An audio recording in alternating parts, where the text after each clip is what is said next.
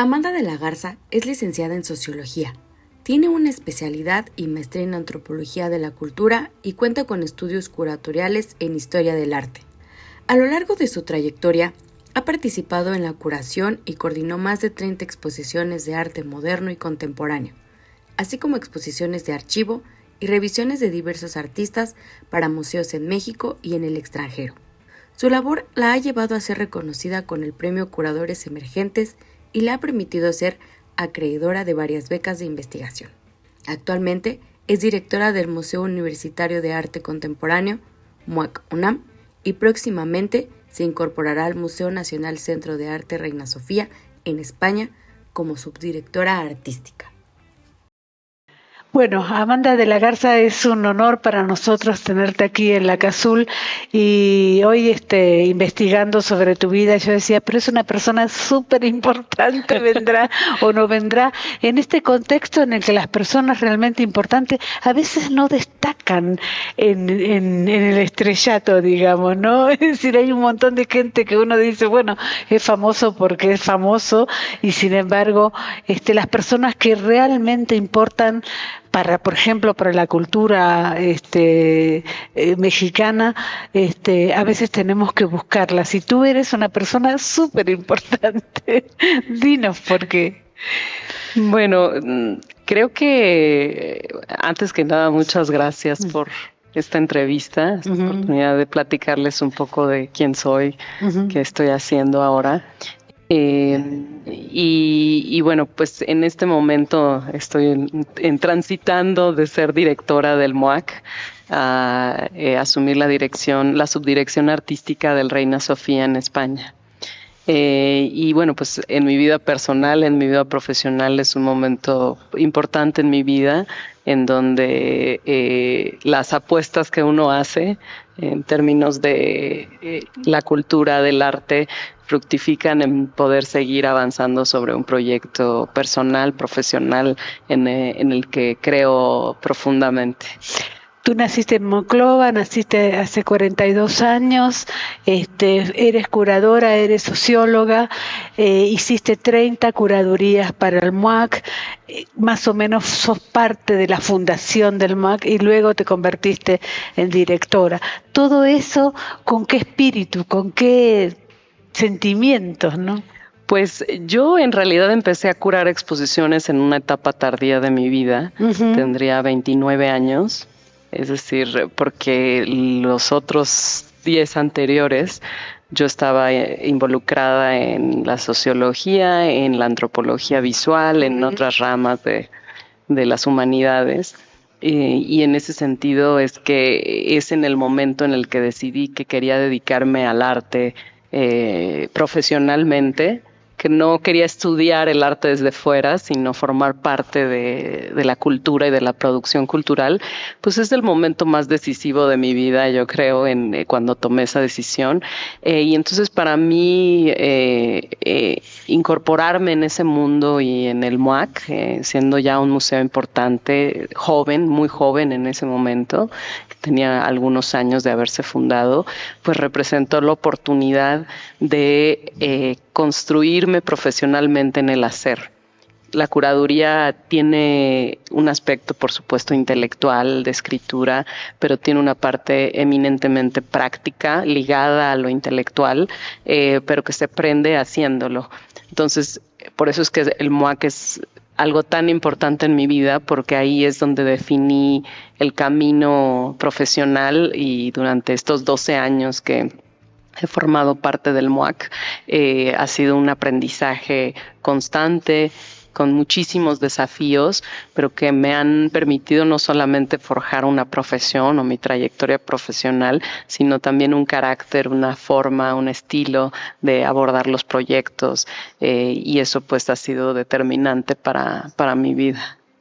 Bueno, el MUAC ha sido importante para México. Yo estoy más o menos desde que se fundó viviendo aquí y fue realmente una cosa increíbles, fundamentalmente para el arte contemporáneo, digamos, ¿no? Y aparte era una cosa de ir a conocer el MUAC solamente por cómo estaba construido, que es una construcción bastante moderna y muy atractiva, ¿no? Ahora, ¿estos 12 años han sido todo un camino de rosas o cómo es la producción artística, las artes visuales? No, nada es un camino de rosas. Siempre hay momentos de gran desafío. Digamos que en ese sentido es un trabajo bajo presión porque tienes que cumplir con una fecha límite, hay una estructura, hay presupuestos, es decir, además de la parte creativa, claro. Hay otros componentes logísticos y organizacionales que son pues complejos en ese sentido, y hay una fecha que es la fecha y la inauguración, y esa es la fecha a la que tienes que llegar, ¿no? Y en colaboraciones con muchos equipos de trabajo, en fin, y con gran visibilidad, que eso añade también presión a los proyectos. Claro. Entonces, en ese sentido, pues por supuesto, momentos donde tienes que resolver problemas inmediatos de todo tipo, desde un artista que quedó varado y no pudo tomar un vuelo porque olvidó que tenía que sacar un visado especial para venir a México, hasta resolver un asunto urgente en donde hay algo técnico que no funciona, y entonces saber cómo resolver y cómo enfrentar esas situaciones también forma parte del trabajo de producción de artes visuales, de arte contemporáneo, en donde además los artistas contemporáneos imponen muchos retos porque desafían constantemente los límites de la institución, en la medida en que al no trabajar en formatos tradicionales te obligan a conseguir filmar en una fábrica de textiles en Puebla para una película experimental. Entonces te vuelves una mezcla entre curadora, productora, mediadora entre los artistas y la institución. Entonces es un trabajo que por eso me produce tanta satisfacción, porque demanda de las personas un conjunto de herramientas de negociación, de innovación, de gestión, de resolución de problemas, pues que son interesantes. A mí me gustan, me parecen un desafío, pero a veces hay sufrimiento. Y de obrera también. También, de gestiones administrativas, ¿no? Y al final, en donde todo tiene que parecer que, digamos, que surgió con enorme facilidad y soltura, ¿no? Como que lo que se entrega al público es algo que ya está acabado en ese sentido, y que el público, por supuesto, hay una sensación cuando inauguras una exposición que es el momento cumbre, por decirlo de alguna manera, porque solo en ese momento sabes si todo lo que pensaste de distribución en el espacio, de las obras, de cómo interactúan entre ellas, de lo que está escrito, de cómo relacionaste estos conjuntos o cuerpos de obra, tiene sentido, porque está el público quien está ahí para juzgar, para habitar ese espacio. Entonces es un momento muy importante y que solo existe en el momento que se inaugura una exposición. ¿Escuchas lo que se habla alrededor, que la pintura no existe, que el arte contemporáneo no sirve para nada? Es decir, todas esas cosas que se arman, ¿las escuchas tú? Por supuesto, las escucho de amigos y amigas, de familiares, de personas, en los comentarios en redes sociales, en las del museo, en mis redes, en entrevistas que he dado, en comentarios que escucho, ¿no? Digamos que el arte contemporáneo ha conformado ya en estos 15 años, por ejemplo, de existencia del MUAC, si lo tomamos como parámetro, un público mucho más amplio, conocedor, como lógica se ha incorporado mucho más, pero sigue teniendo muchos detractores, en el sentido de comentarios como, eso lo podría hacer mi hijo, claro. O que eso, qué horror, no, ¿por qué eso no es arte, no? dónde queda la destreza técnica, dónde queda la belleza, pues todos estos valores que están incorporados pues a la historia del arte y que están ya socializados. Pero bueno, yo lo tomo con mucha filosofía y respondo y digo, como en todos los tipos de arte, hay arte bueno y hay arte malo. Es decir, si hay algo que no te gusta, pues puede ser que era una mala pieza exhibida en un museo, pero lo mismo pasaba en el barroco. Había artistas malos y artistas buenos, había artistas que copiaban a los grandes maestros y había otros que eran extraordinarios. Uh-huh. Tuviste una gran polémica con Ai Weiwei, con Ayotzinapa, digamos, ¿no? ¿Qué te pasó en ese momento? A mí me encantó esa muestra, pero ¿qué te pasó a ti, digamos?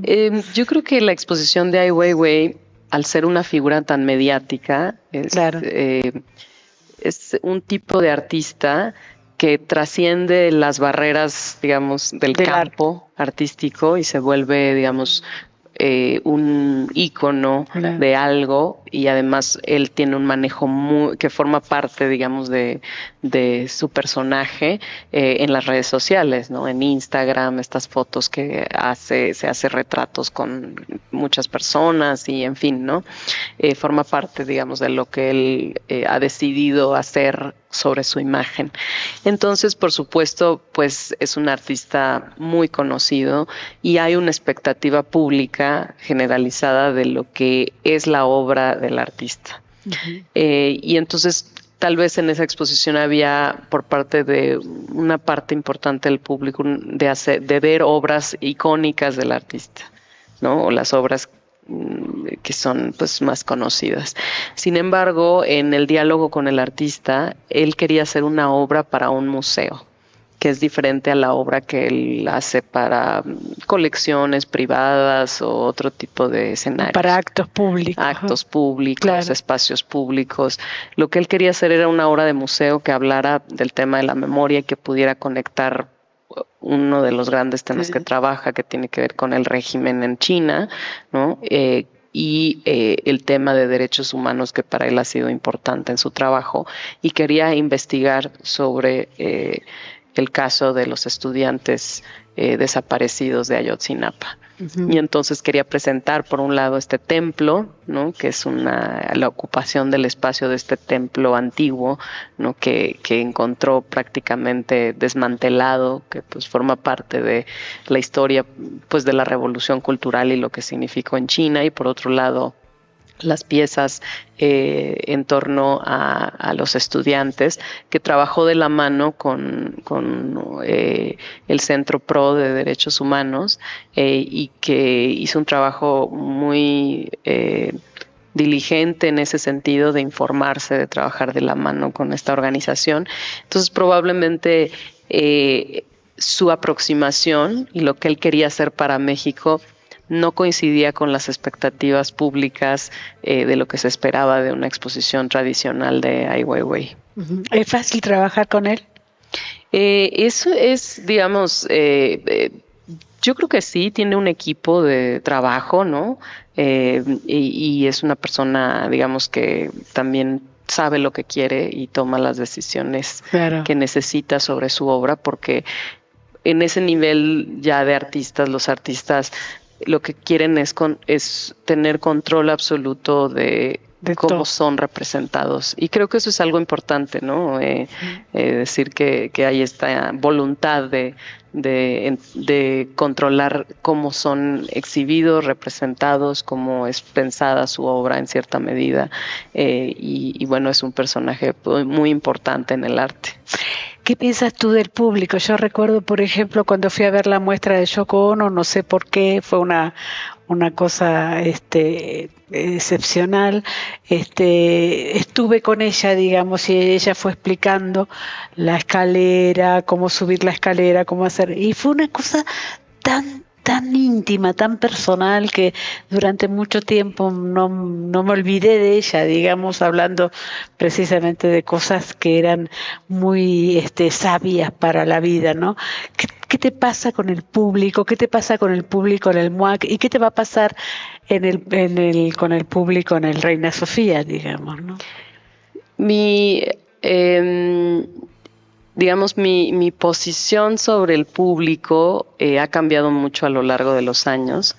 A veces los curadores estamos un poco distantes del público porque no estamos en el día a día de la exposición, viendo cómo el público interactúa con las obras, qué piensa, qué dice.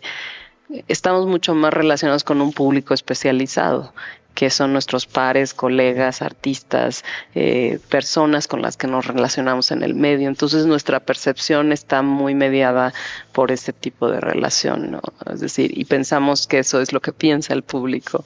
Sin embargo, como directora, definitivamente mi percepción sobre el público cambió profundamente en términos de pensar que hay muchísimos otros públicos a los que atendemos y cómo queremos vincularnos con ellos. Esa es la gran pregunta. ¿Cómo establecemos una relación? Es fundamental. ¿Y de qué manera? ¿Y cómo les proponemos acercarse a las obras?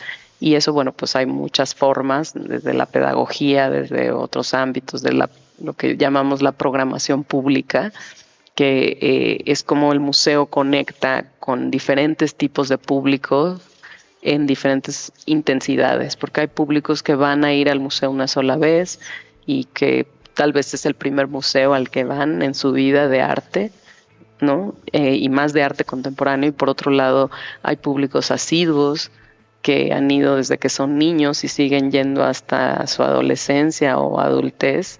Y por otro lado hay públicos pues mucho más específicos, por ejemplo las infancias, sectores digamos poblacionales, ¿no?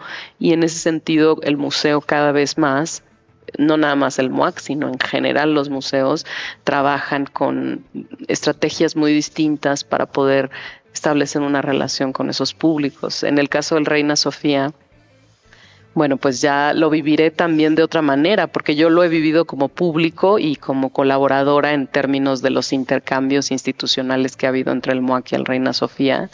Pero es un público muy diferente porque el Reina Sofía tiene un público turístico muy grande, de turistas que van a Madrid, ¿no? De todo el mundo y de visita obligada quieren ir a ver el Guernica o obras icónicas que están en el Reina Sofía, en la colección del Reina Sofía.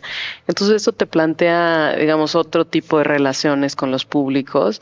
Por otro lado, están a un costado del barrio de Lavapiés, que es un barrio muy antiguo, pero al mismo tiempo es un barrio donde hay poblaciones migrantes de diferentes partes del mundo, y eso también plantea preguntas que el Reina ha desarrollado a lo largo de su historia sobre cómo interactuar con nuestros vecinos, que también cómo hacer que esos vecinos tengan una relación con el museo que no es nada más de público, sino de vecindad, ¿no? De Monclova a Madrid pasando solo por la UNAM. ¿Qué experiencia te trae eso, digamos? ¿Cuántas personas se presentaron? ¿34 para...? 52. 52 para el puesto. Así es. Pues yo tuve la fortuna de crecer en una familia, mis padres eran profesionistas, universitarios, profesores en diferentes universidades, que siempre vieron la vida cultural como parte de nuestra vida familiar. Ellos pues son de la generación de los años, nacieron en los 50s, por lo que vivieron pues la revolución social, digamos, o cultural del que vivió el mundo en términos de pues movimientos sociales, de liberación, y entonces a nosotros siempre nos inculcaron dos cosas fundamentales: el gusto por el arte en sus diferentes ramas y por otro lado el compromiso social. Eso es otro aspecto importante que debo mencionar en honor a ellos.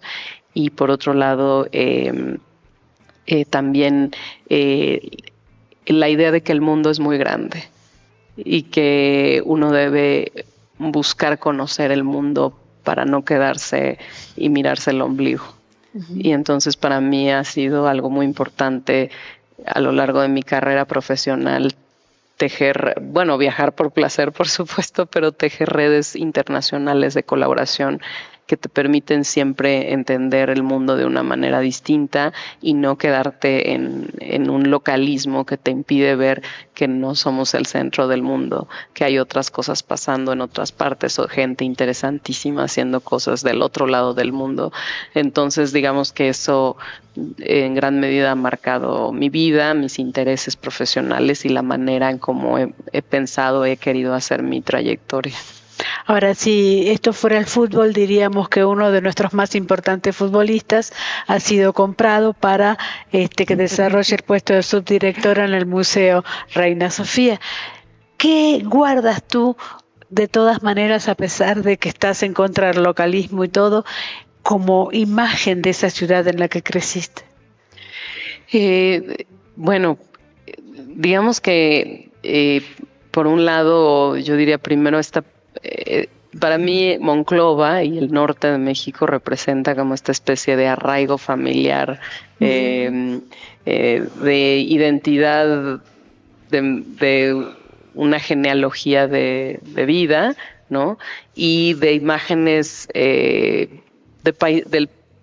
paisaje del desierto, que eso ha sido algo que me ha acompañado en mi vida y que me ha interesado trabajar con artistas que trabajan desde la noción de frontera, del norte, del desierto, y he trabajado con algunos de estos artistas, precisamente por esa conexión. Por otro lado, digamos que en el caso de la Ciudad de México, yo antes de vivir en la Ciudad de México viví en Texcoco como niña, que es en el Estado de México, que es una ciudad pequeña, sin mucha vida cultural,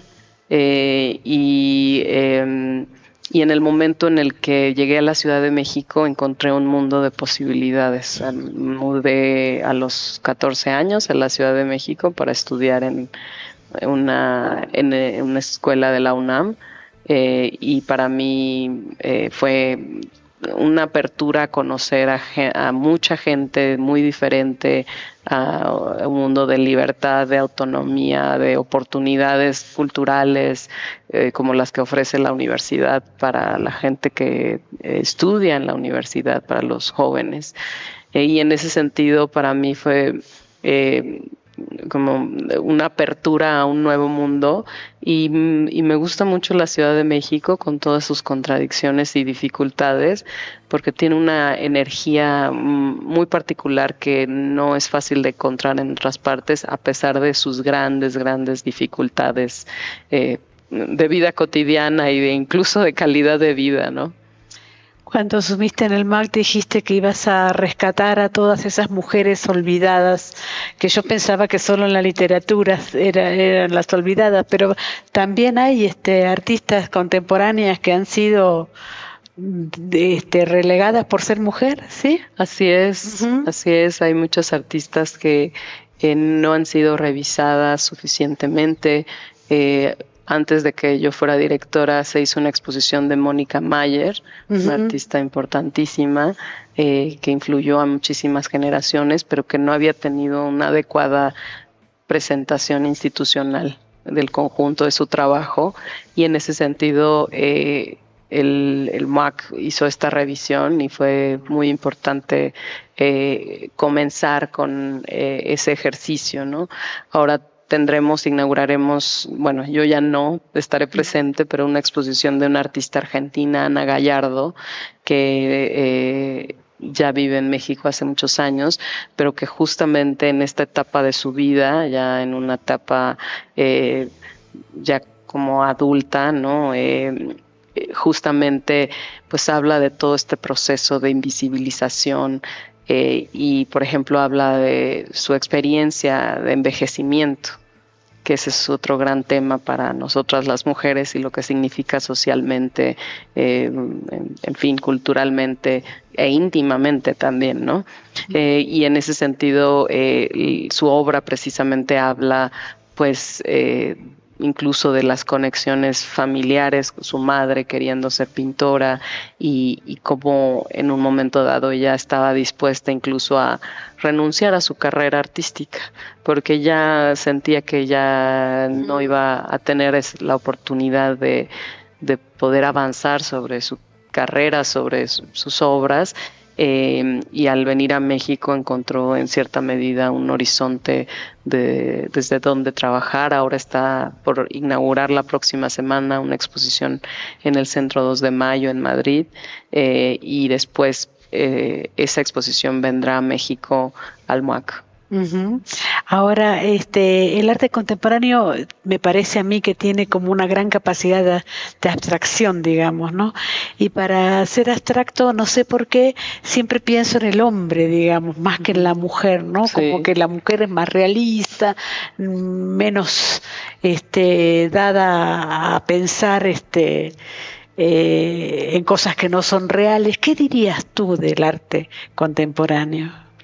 Yo creo que, por un lado, diría que hay, si lo pensamos en términos de lo que ha planteado el feminismo, hay ciertos temas que han quedado excluidos por una visión que ha predominado en ciertas vertientes del arte contemporáneo. Claro. Me refiero a que ha quedado fuera el cuerpo, la intimidad, la cotidianidad, ¿no? O sea, lo que está en un tono un poquito más bajo, ¿no? Y por eso ahora la práctica textil se ha vuelto importantísima. No es que las artistas no lo estuvieran haciendo antes, sino simplemente no era considerado como obra artística porque era una cosa de mujeres, ¿no? Ligado a, pues, la tradición de las mujeres de bordado, que es una tradición, pues, milenaria, ¿no? Y en ese sentido, pues, eso se ha modificado en las últimas décadas, se ha modificado en términos de lo que es considerado que son temas importantes en el arte. Como lo que hizo Betsabe Romero ahora en México en la exposición mundial, ¿no? Que hizo todos los bordados para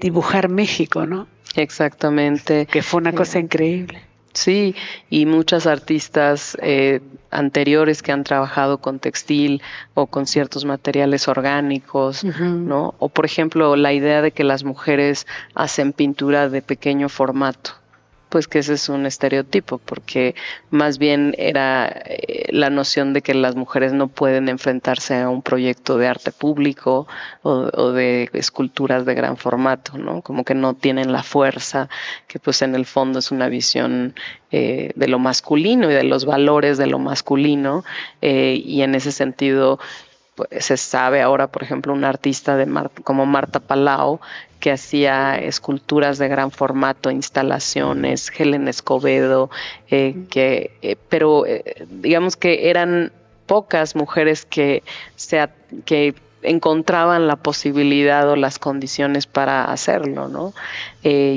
O bien en ciertos incluso colectivos de arte de los años 70 quedaban en un espacio muy marginal en términos de las discusiones, ¿no? O sea, eran vistas a veces como las parejas de los artistas, ¿no? Cuando ellas mismas realmente producían obra. Y eso ha ido cambiando afortunadamente a lo largo de todos estos años, en donde hay pues una reivindicación del trabajo de artistas históricas, pero también de las artistas que hoy en día hablan desde múltiples lugares, porque yo no creo que necesariamente las mujeres artistas solo tengan que hablar de la intimidad, ¿no? No, claro. Pueden hablar de muchos otros temas y tener muchas aproximaciones al arte. Sí, claro, tenemos, por ejemplo, me olvidé el nombre, pero la chica que trabajaba en los estos donde van los cuerpos muertos, ¿cómo se llama? Teresa Margolles. Teresa, sí, que nos sacudió a todos, digamos, con ese trabajo, ¿no? Fue una cosa increíble. Ahora, a ti te deben preguntar todo el tiempo, tus familiares, tus amigos, cuál es tu artista preferido, si Gabriel Orozco, si si lo otro, si vas a traer aquel o vas a traer aquella. ¿Qué es lo que dices tú? Pues digamos que no tengo un artista favorito, sin embargo hay artistas a los que admiro enormemente. Una de ellas es Beatriz González, que está ahora exhibida en el MUAC, que he admirado su trabajo y su obra artística desde hace años y que a veces digamos, no nada más porque me gusta, sino porque considero que su obra es muy importante.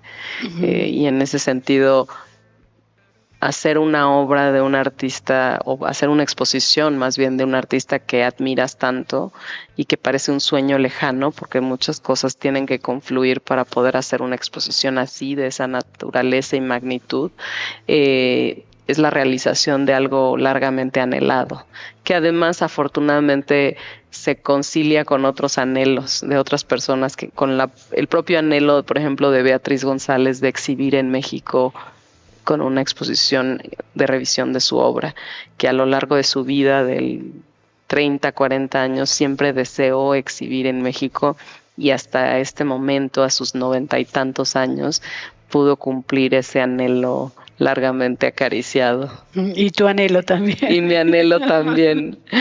Ahora, el arte contemporáneo en México está muy bien desde el momento que eligen una subdirectora para el Museo Reina Sofía, digamos. Eso también revela cómo está el arte contemporáneo acá, ¿no? En ese contexto, ¿qué dirías tú del arte contemporáneo mexicano? A mí me parece que está muy por encima de otros países.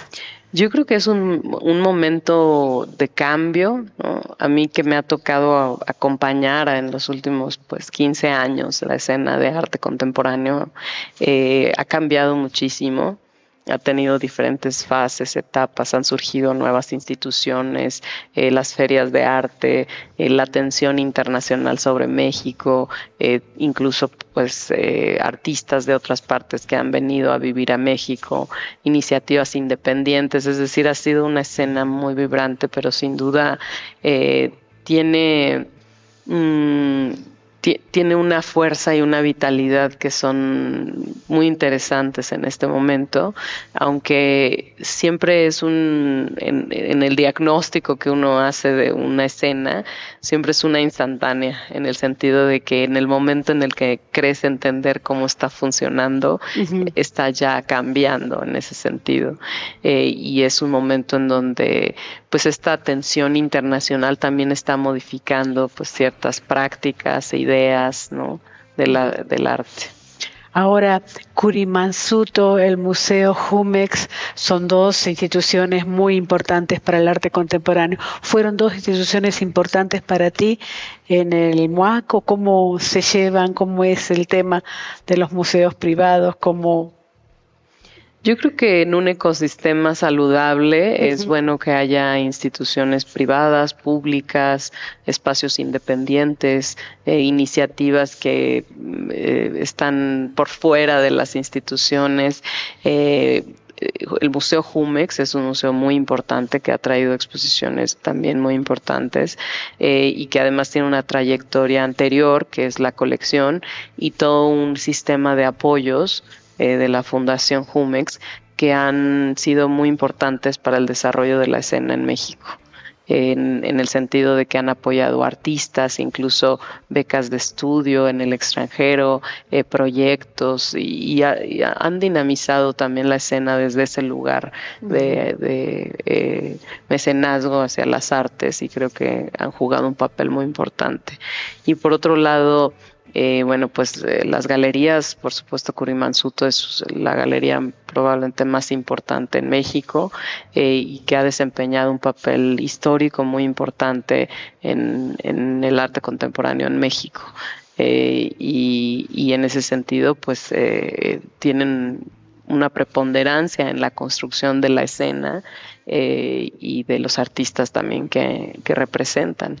¿Tienes alguna otra galería, alguna otra institución para destacar, aparte de la que nombramos? Por supuesto, el Museo Amparo en Puebla ha sido una institución muy importante. No solamente la experiencia que hemos tenido con el Museo Amparo siempre ha sido fantástica, y ha hecho su director Ramiro Martínez un trabajo realmente extraordinario en términos de un museo absolutamente profesional, dedicado a colecciones tanto prehispánicas como virreinales y de arte contemporáneo.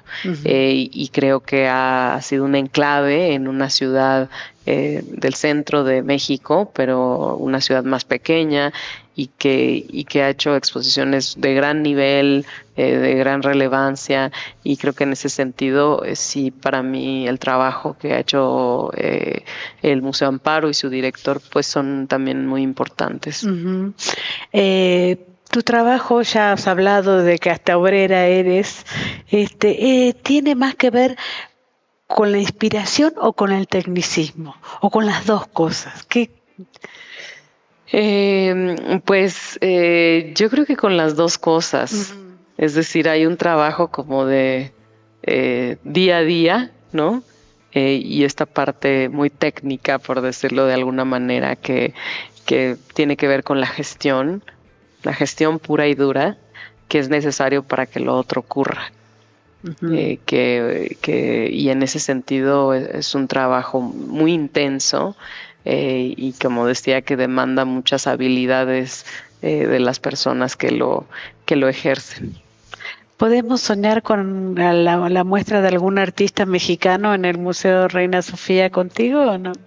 Todavía no, porque todavía no he podido conversar con el equipo, con el director del Reina Sofía, Manuel Segade, al respecto, ¿no? Por supuesto, él está esperando a terminar de conformar su equipo de trabajo para poder justamente trazar pues los planes a futuro, ¿no? En términos de artistas, de programa, de algo más general, porque por supuesto ahorita ya hay un programa trazado de este año y el siguiente de exposiciones muy importantes. Por ejemplo, ahora se está inaugurando una retrospectiva de Tapies en el centenario, que es un artista clave a nivel internacional y en España, y pues es un momento pues de celebración de su vida, de su obra, y hay una exposición muy grande relacionada con este artista, ¿no?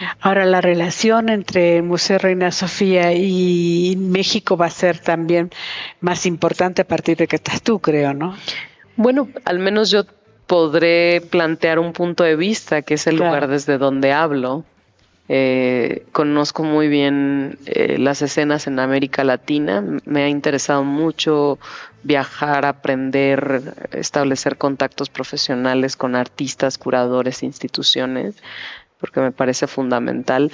El arte tiene esta característica en donde no solo son las obras, sino es quienes hacen las obras y desde dónde las hacen.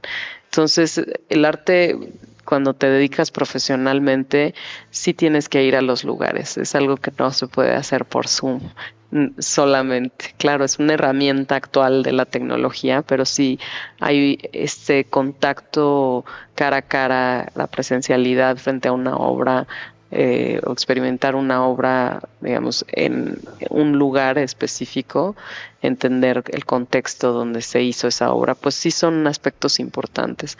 Entonces, yo hablo desde ese lugar, desde esa experiencia, desde ese conocimiento, desde ese interés.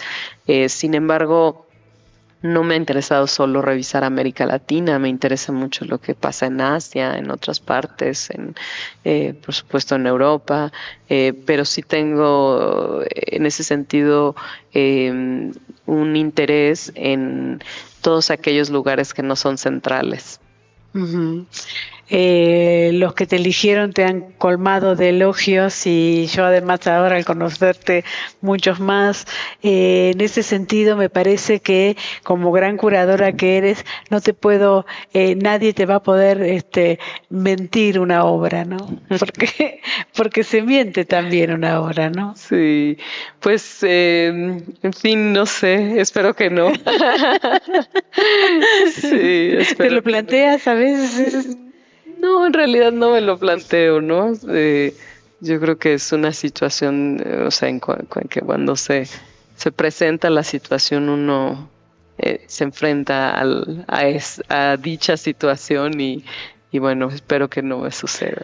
¿Cuándo te vas a Madrid? Me voy en mayo a Madrid. ¿Te vas con alguien o te vas sola? Me voy sola, bueno, con mi gato. Con tu gato. Sí, con mi gato a Madrid, a entender la ciudad, a iniciar una nueva etapa en mi vida fuera de México, en un nuevo trabajo, en una nueva ciudad, ¿no? Y pues es un reto también este cambio, ¿no? Importante. Por supuesto, he tenido la oportunidad de ir a Madrid, de conocer España en diferentes momentos de mi vida, tanto de viaje como profesionalmente. Y pues bueno, creo que culturalmente hay similitudes, pero también muchas diferencias. Sin embargo, en particular hay algo de la energía de la ciudad de Madrid que me gusta mucho. Me gusta también la escala de la ciudad, la enorme oferta cultural que tiene, y bueno, me siento entusiasmada de poder conocer otra ciudad de una manera más profunda. ¿Vas a vivir en Lavapiés o...? Todavía no sé, estoy en eso. Me gustaría vivir cerca del museo. Claro. Para compensar la experiencia de la Ciudad de México, en donde he tenido la fortuna de vivir cerca del MUAC, pero aún a 15 minutos en auto y a 25 en transporte público, en CEU. Pero en donde ese aspecto de la movilidad sí es un cambio importante en cómo uno piensa la ciudad, cómo la recorre, cómo es tu día a día, y me gustaría vivir no tan lejos si es posible del trabajo para poder irme caminando o no sé, no que esté al lado, pero que pueda ser todavía caminable. Está enfrente el Parque del Retiro, que es uno de mis parques favoritos de los que conozco, y esa idea de tener un parque a un lado de mi centro de trabajo, que me recuerda a la UNAM, en donde en Ciudad Universitaria y en el Centro Cultural Universitario tenemos ese enorme privilegio de tener, sales del MUAC y hay árboles, y ahí está la reserva y está el espacio escultórico, y siempre solamente la mera posibilidad de salir del museo y encontrarte con ese lugar, y está el sol radiante, pues modifica las posibilidades de tu día. Uh-huh.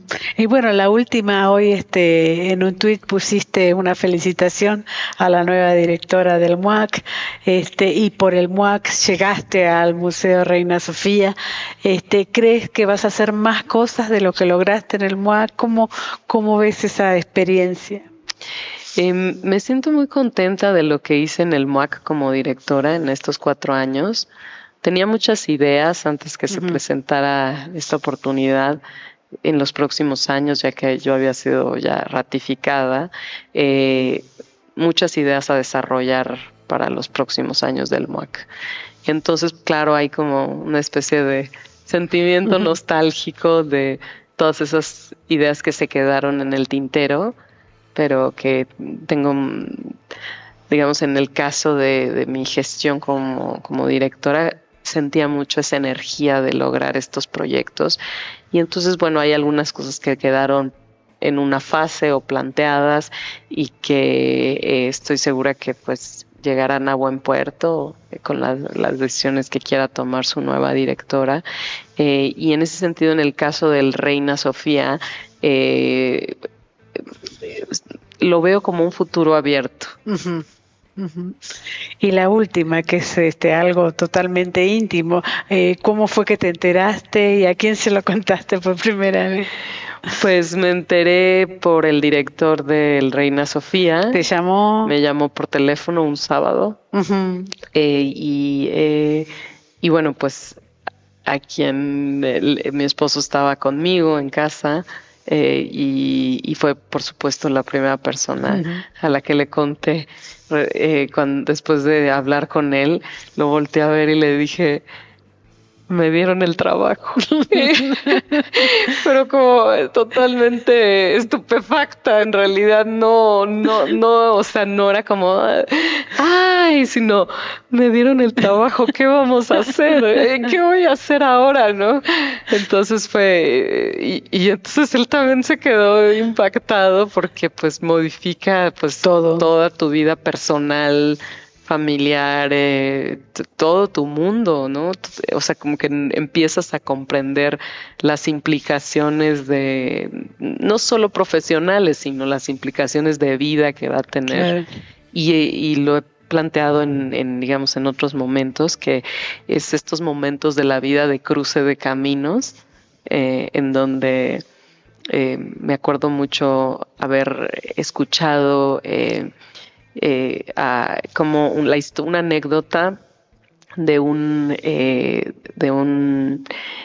personaje importante del blues, y también hay una historia parecida con el vallenato, en donde en el cruce de caminos se encuentra al diablo, ¿no? Uh-huh. Y entonces el diablo, sí. En el caso del vallenato, de Woody Allen, sí, exactamente. Y entonces, como esos momentos en donde aparece ese cruce de caminos, uh-huh, en donde el diablo te está ofreciendo lo que deseas, pero lo que deseas tiene consecuencias extraordinarias, pero al mismo tiempo también tiene otras consecuencias en tu vida, tu futuro, y estás eligiendo un camino que va a cambiar tu vida para siempre. Muchísimas gracias. Muchísimas gracias, Mónica. Pues desde mi perspectiva, un museo necesita, para sobrevivir, un equipo de trabajo comprometido, profesional. Necesita tener los recursos humanos y materiales adecuados para poder desarrollar una programación, y necesita entender cuál es su misión, su vocación con claridad, y entender quiénes son sus públicos, cuál es su lugar también en términos de un ecosistema mucho más grande, cuál es su rol en una ciudad, en un barrio. Tiene que ver con esta idea de entender cuál es el lugar que ocupas, y esa claridad permite hacer muchas cosas, pero por supuesto requiere también de las condiciones para poder existir, materiales y de personas, ¿no? De un equipo de trabajo, y creo que esos son aspectos importantes para un museo.